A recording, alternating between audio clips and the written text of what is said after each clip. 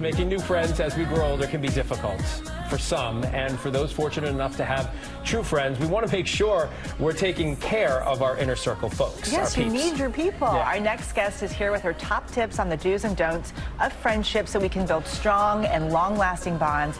It's all in her new book, You Will Find Your People. Please welcome author and comedian Lane Moore. Thank you so much for being here with us. Yeah, thank you for having me. You said this is a book you wish you'd had as a kid. Yeah. Friendship encapsulates so many feelings and emotions. Where did this book come from? So there was this idea that I had of what my friends would be like when I got to be an adult, and all of the things that you see on TV and you think, oh, I'm gonna have these friends that I hang out with 5 times a week and we're all at the same hot coffee shop every single day together. And then you get to be an adult and you're like, oh, I actually only see them maybe every couple months, every couple weeks, and you know, maybe some of these friendships don't fit as well, and all these struggles. And I really wanted to write the book that I wish I'd had as a kid that would have told me, you know, here's how to tell if this friendship's really working. It's okay if your friendships don't look the way that they look on TV, and there's still hope. What I've been preaching to my kids is don't waste the time on something you know isn't healthy or isn't right in terms of a friendship. You actually brought some tips for us and some things we should never do that will help us maintain healthy friendships. You say one thing to remember is don't expect others to read our minds. What exactly do you mean by that?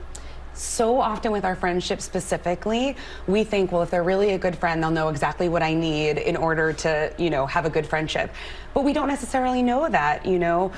Sometimes we might think, oh, I'm gonna help this person out. She's having a hard day. I'm gonna bring her a cup of coffee or something like that. But maybe what made them feel really loved is if you ran an errand they needed done. We just don't know. So I think really communicating to our friends and saying, hey, this is what makes me feel loved. I really would have loved it. This is how I like to be shown up for.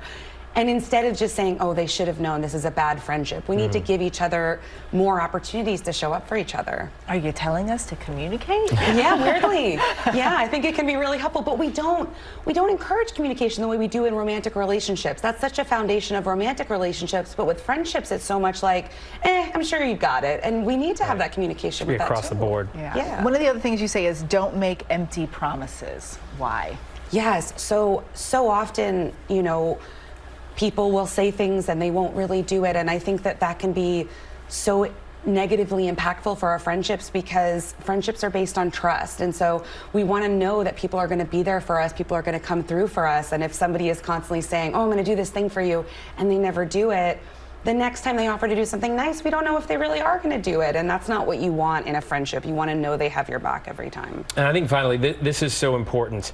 We're always growing and changing, and so are the folks around us. And you say if you're in an unhealthy relationship, recognize it, and if you do move out of it, you know, you can find what you need, what you want. Yeah, absolutely. You know, so many of us have this fear. We never want to end a friendship. We want to know somebody from the age of 18 to 85. We don't want to end it. And so we tend to hold on to these friendships that might not be working. And I really want to encourage people, if a friendship doesn't feel right to you, it's probably not right.